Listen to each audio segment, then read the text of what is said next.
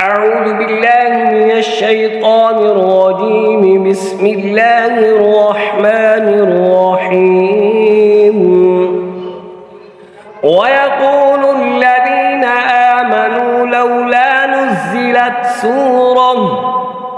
فإذا أنزلت سورة محكمة وذكر فيها القتال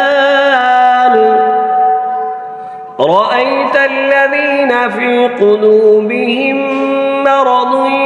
ينظرون إليك نظر المغشي عليه من الموت فأولى لهم طاعة وقول معروف فإذا عزم الأمر فلو صدقوا الله لكان خيرا لهم فهل عسيتم إن توليتم أن تفسدوا في الأرض وتقطعوا أرحامكم أولئك الذين لعنهم الله فأصمهم وأعمى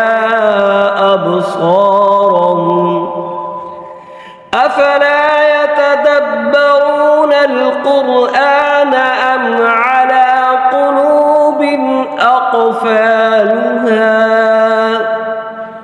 إن الذين ارتدوا على أدبارهم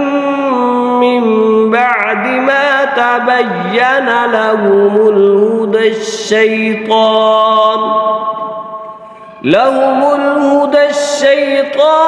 سول لهم وأملى لهم ذلك بأنهم قالوا للذين كرهوا ما نزل الله سنطيعكم في بعض الأمر والله يعلم إسرارهم فكيف إذا توفتهم الملائكة يضربون وجوههم وأدبارهم ذلك بأنهم اتبعوا ما أسخط الله وكرهوا رضوانه فأحبط أعمالهم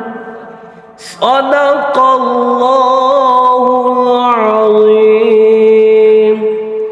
ये वीडियो अच्छी लगी है ज़रूर सब्सक्राइब करें, शेयर करें और लाइक करें। अल्लाह ताला हम सबको सही तरीक़े से कुरान पाक पढ़ने की तौफ़ीक़ अता फ़रमाए।